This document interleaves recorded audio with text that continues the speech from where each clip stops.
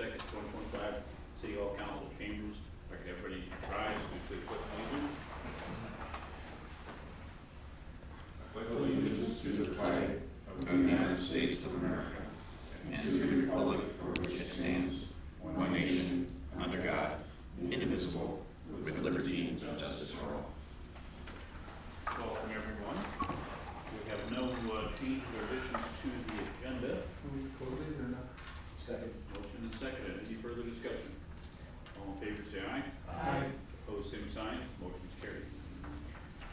On to consent agenda, we've got special city council meeting minutes of September 9th, 2025, city council meeting minutes of September 8th, 2025, Karen Lake Watershed Board meeting minutes of August 20th, 2025, municipal liquor store income statement for the period of January 1st through August 31st, 2025, Wilson Park statement of revenue and expenditures, budget and actual for the period of January 1st through August 31st, 2025.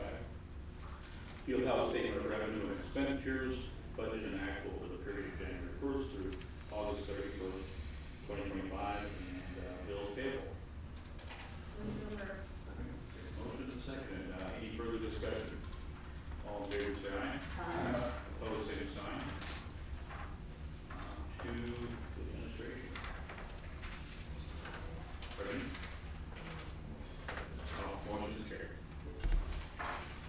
All right, under administration, the first item is resolutions approving the proposed 2025 tax levies collection for 2026. Attached as Exhibit 1 is a resolution approving the proposed City of Worthington tax levy of $9,058,874. This breaks down into an operating levy of $8,043,132 and special taxes of $1,015,742.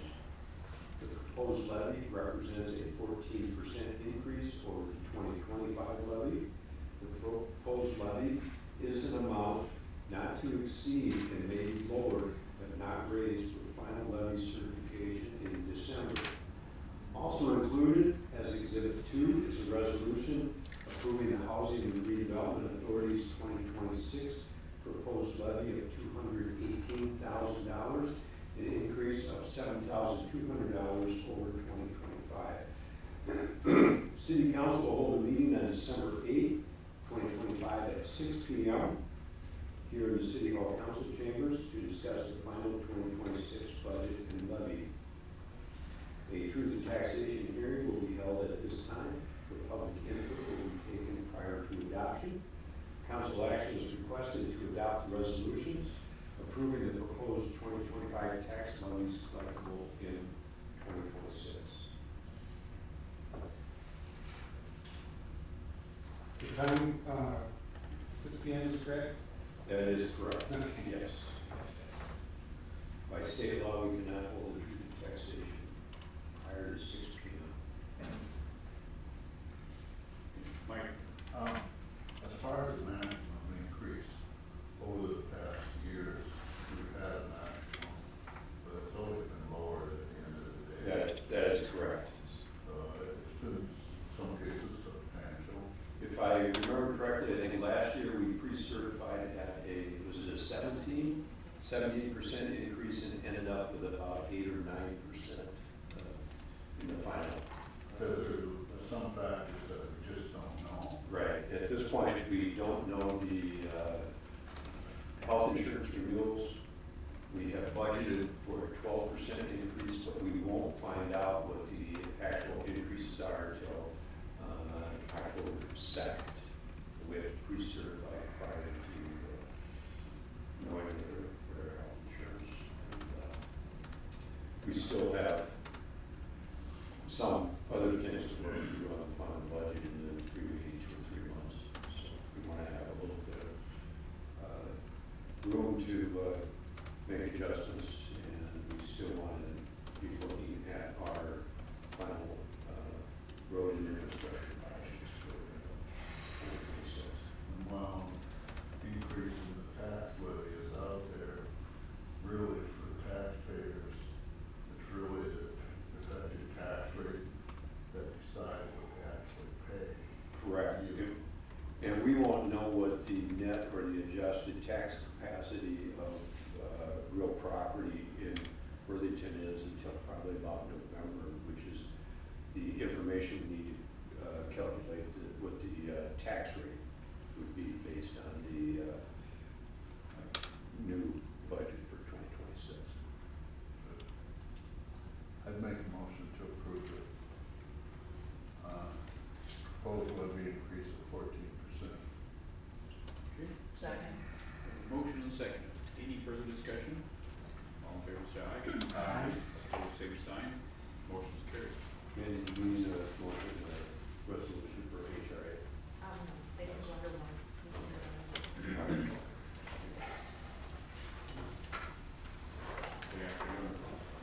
Mayor, Council.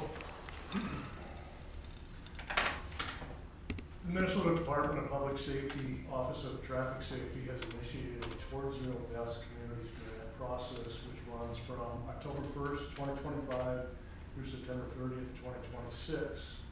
The grant includes reimbursement funds for officers' overtime during operational waves with a focus on traffic safety and impaired driving enforcement. The City of Worthington has collaborated with the counties of Jackson, Cottonwood, Nobles, and Rock, and the City of Mountain Lake as part of this process. Adoption of the resolution shown as Exhibit 1 will allow Director of Public Safety Troy Apple to execute the grant. Council action is requested to adopt the resolution authorizing execution towards zero deaths grant agreement. Chris? Is there a designated amount of the grant for that period, or is it like a revolving, grant with the, PZD? There's not necessarily a designated amount for each agency is what you're talking about? Yeah, so we're drawing from one pot. Last year it was $50,600, I think, and then reimbursement is based on activities and shifts that the agencies actually have, that they have time for. So it varies. We always have a pretty significant portion because we're obviously the biggest agency with the highest population. But it's not necessarily a set amount each year. This is something that you apply for each year anyways, right? It's a Correct. ongoing grant. Yes. And I believe we administer the grant on behalf of these other agencies. Yes. Yeah, Amy? I'm just curious on the collaborating entities, like the counties and the City of Mountain Lake. How is that determined? Just The state reaches out to most agencies and then they do it by region, okay, just because we're close. okay. And it's basically a voluntary basis who participates in the grant. I just thought City of Mountain Lake seemed kind of random in there with the counties, so I was curious. It Okay. is. Mike? We've been doing this for a long time, right? Yes. Has there been any type of way to judge the success of these funds going to the local?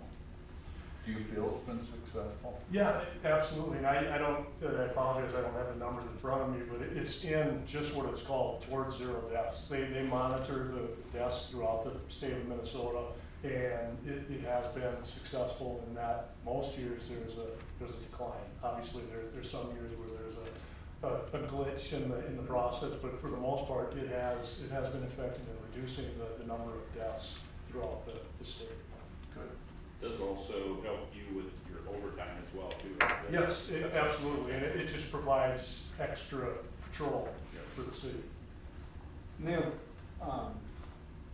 things available to the community, and organizations, the schools, if need be, that, it might be, painting, stencils, painting on like entrances, exits to the parking lot or something that's promotional stuff, or they have like the River Crescent campaign, or is it the Drunk Goggles campaign that they make available to county fairs and stuff like that to organizations? Yeah, they have brochures and I think they contribute to different events like you spoke about, yeah.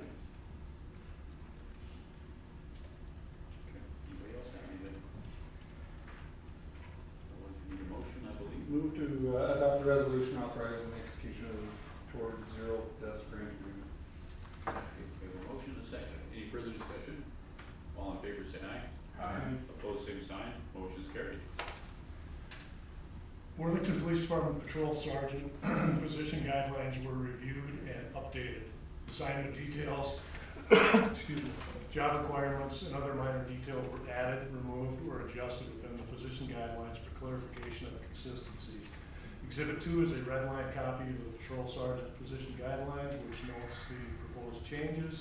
Exhibit 3 is a copy of the proposed updated position guidelines for Patrol Sergeant. Staff recommends approval of the updated position guidelines. I have asked the chief to go through all of their position guidelines and update them. If you look at the one that currently is approved, it was last updated in 2000. So, the chief is gonna be bringing others forward over the next coming months, but, we just promoted 2 individuals to patrol sergeants, so we wanted to get this out there, but we're, part of our ongoing work, looking at all of our position guidelines and getting them updated. Some 30 years or more since last update, so we're getting it updated. So that's what really prompted taking this on at this time.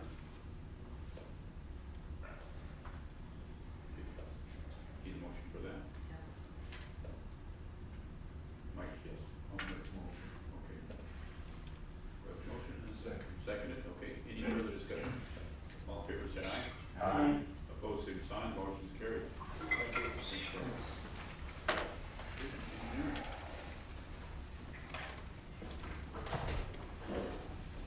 Evening.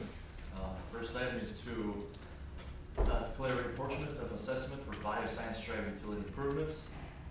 The bioscience drive utility improvement project was completed in 2017 and assessments were approved for collection beginning in 2018. December 2024, parcel number 31-3850-000 was subdivided into 4 separate parcels, 31-3786-615, 31-3786-617, 31-3786-618, and 31-3786 and 619. As a result of this subdivision, the remaining assessment on the original parcel must be reapportioned among the new parcels. Staff recommends that the council approve the resolution in Exhibit 1 to authorize the reapportionment for parcel number 31-3850-000.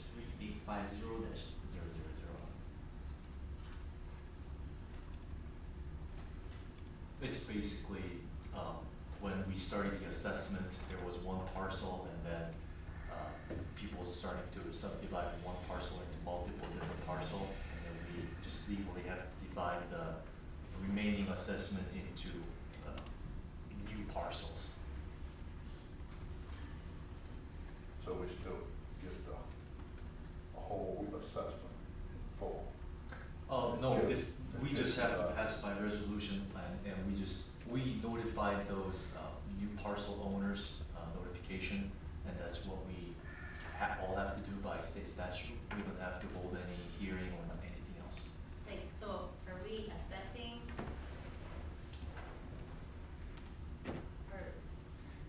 Are we assessing current landowners? Yes, Are they aware of this? yes, yep, they're all aware of it. And when Can they, you show us?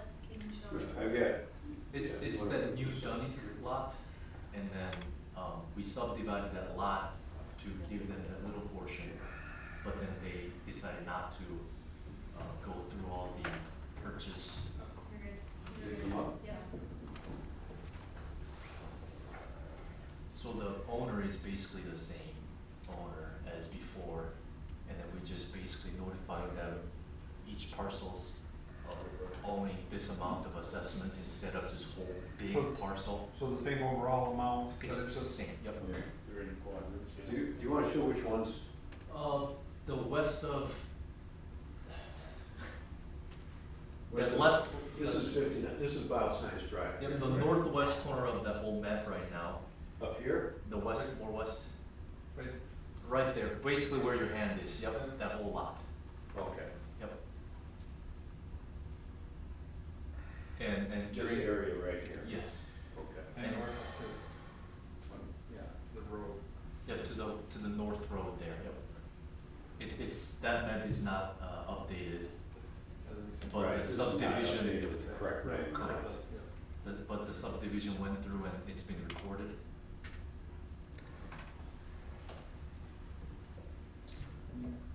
Move to approve the resolution. Okay, we have a motion and a second. Any further discussion?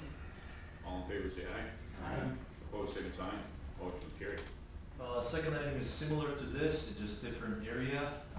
The Cherry Point Lane Stormwater Improvement and Paving Improvement Project were completed in 2023, and assessments were approved for collection beginning in 2024. In 2024, parcel number 31-1240-540 and 31-1240-535 were subdivided into 4 separate parcels. Into 31-1240-558, 31-1240-559, 31-1240-560, and 31-1240-561. As a result of this subdivision, the remaining assessments on the original parcel must be reapportioned among the new parcel. Staff recommends that the council approve the resolution in Exhibit 2-1 and Exhibit 2-2 to authorize the apportionment for parcel 31-1240-540 and 31-1240-535.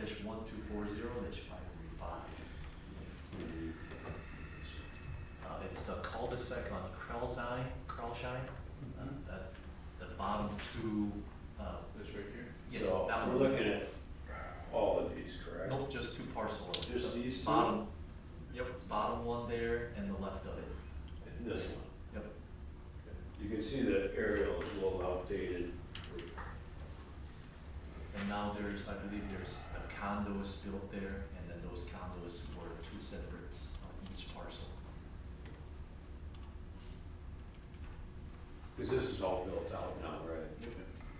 So there's 4 condos, right? 2 on each parcel. Right, and so are all 4 of them being reapportioned?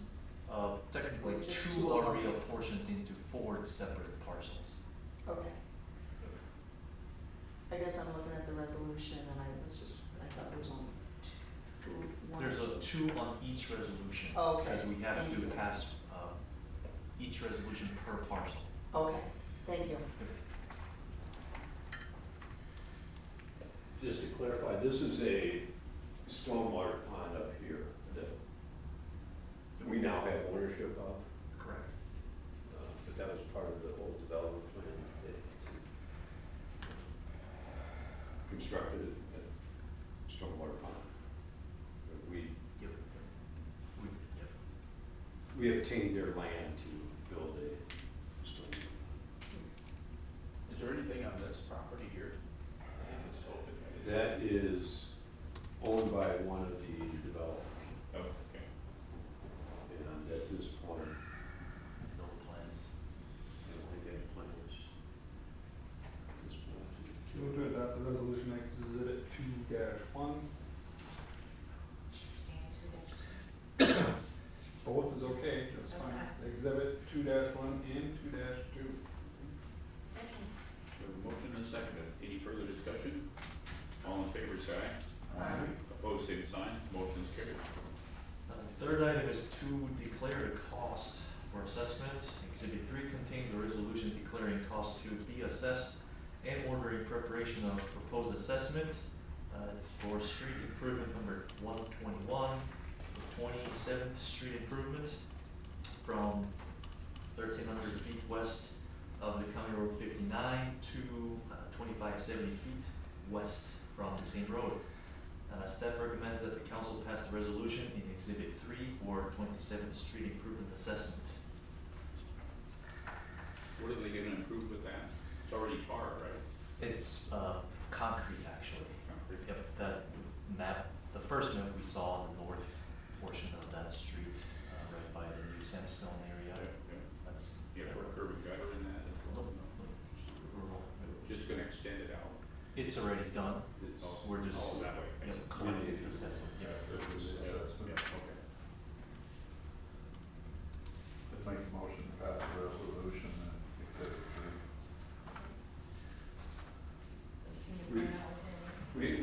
extended the road out to the city limits, up to this boundary.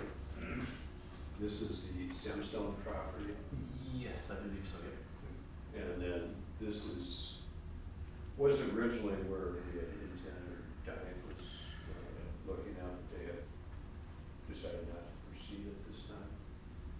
So it was reassessing or reapportioning the assessments on that area. Did you get a second? No, we didn't. Second. Okay, we have a motion and second. Any further discussion? All in favor, say aye. Aye. Opposed, same sign. Motion's carried.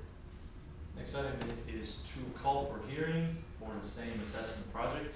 Exhibit 4 contains a resolution calling for hearing for proposed assessment for each of, for the project, street improvement project number 121, 27th Street. Staff recommends that the council pass the resolution in Exhibit 4 for the 27th Street improvement assessment. The resolutions call for the hearing to be held at 5:30 PM on October 13th, 2025 at the council meeting.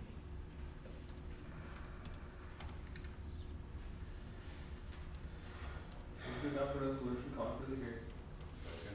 Okay, we have a motion and a second. Any further discussion? All in favor, say aye. Aye. Opposed, same sign. Motion carried. Thank you. Okay, thank you. Okay, committee reports. October 1st, we've got a mayor's meetup in Chaska, which is just during the day. I am going to that. I had my first Zoom meeting on September 11th. I'm actually on the board of the Coalition for Greater Minnesota Cities now, so we'll figure out. They've got a fall conference coming up between November 12th through the 14th anyway, so we'll probably discussing what levels of legislation and ways for housing and so forth. So we'll see what that looks like on the 12th is when the board meets again anyways on that. So that's all I have. Amy? The Water and Light Commission met last Monday and we toured the new wastewater treatment plant. Very nice, very clean place. Interesting tour. Nothing to report. Okay. Amy? I attended the Public Arts Commission meeting. So it was the first time they'd met all summer. It was a good meeting. I don't really have much to report on. Mike? Okay, Chris? No report? Steve? We are, I guess I'm going to inform you that regarding Minnesota paid leave, we as staff have made the decision we're going with private insurance rather than the state program. With paid leave, we are also required to provide long-term insurance. There's a couple of different insurance programs. We're anticipating a total savings on the employer side, on the city side, of $18,000 to $20,000 by going this route. Company Alera, who is the insurance carrier, already provides this insurance for several other states that currently have paid leave. We have much greater confidence that they're going to be responsive to those that seek eligibility, that apply for eligibility, and we are not hearing things that are giving us a lot of encouragement on the state side as to how long it may take to for them to determine eligibility when someone applies, and then how long it may take for payments to actually be coming in. Alera is, based on their track record, they turn around applications in 2 days or less. So we are Already established then. yes, so we are, but we have to make that declaration here in the, I think by October 15th, and I didn't have time to put the case item together, and I did not want to wait till the October 13th council meeting to make this decision. But, if I have consensus from the council, that is the direction we're So you said that it would save the city $18,000. Mhm. Is there also a savings on the employee side? Yes, so about $10,000 of that savings is the shared premium between the employer and the employee. The additional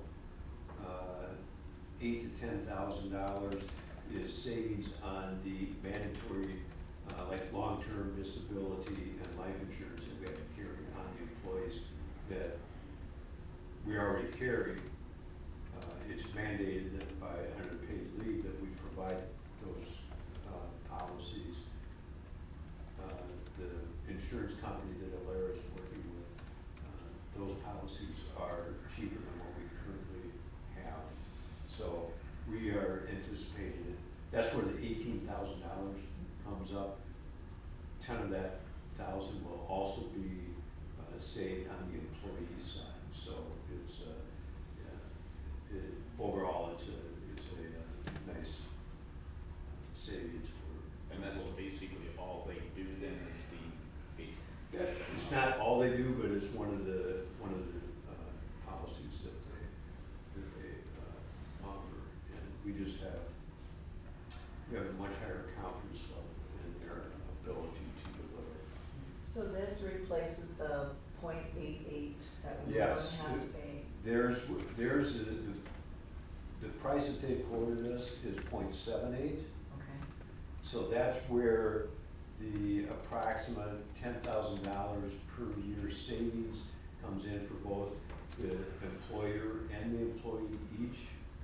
And then the additional savings are on these other policies that we have to carry that are slightly less expensive than what we currently have. So you just declare that, and then the state says, okay, you're covering this for the employees, you meet our requirements. Yes, now, we will have to pay a $500 annual fee to the state to opt out. But, Better than having them invest our money though. but that's, Knowing it's gonna be there. that's where we have to make a declaration here by October 15th, so we need to move forward with that. Are a lot of, I'm sorry, That sounds like this company's got all the kinks ironed out now, right? So That's what our hope is, and are a lot of other cities and counties and employers so, going that direction? 2 or 3 years ago, we started working with an insurance consultant on our health insurance. The person we're working with, she has 13 cities in southwest Minnesota. At this point, 8 of the 13 have opted to go private. And I believe Thief River Falls or their private, I don't know what the city is, you know of someone up there that has, their organization has opted to go private. I don't know for sure. Okay. Yeah. So, and it's a year at a time, so we're not bound beyond this first year of 2026. I think for one, it's a safer option. Well, we just know if the state is not responding or performing, and we have employees that are in need of paid leave and getting their eligibility determination and then subsequent payments, we know who those employees will be calling if they're in Yeah. glitches. They're gonna be calling us, That's our kitty anyway. Yeah. asking for our assistance. So, yep, that's all and there was activity out in the South Shore apartment building site today.